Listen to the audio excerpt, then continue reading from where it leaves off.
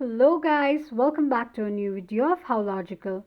Today in this video I'm going to show you how you can download your Dasher Drives application on your Android device. Watch the video till the end. To download your Dasher Drives application, firstly open your Play Store. Search for an application and install it by clicking on an install button.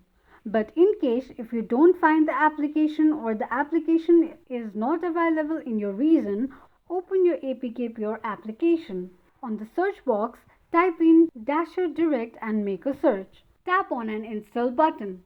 While downloading the application, make sure that you're connected to a strong internet. Click on an install button to install the application. Open the application and that is how you can download your Dasher Direct's application quickly and easily just in few steps. If you have any thoughts or queries, let us know in the comment section. Don't forget to subscribe to our channel. Also press the notification bell icon so that YouTube will notify you whenever we post a new video. I hope this video was useful to you. Thank you so much for watching.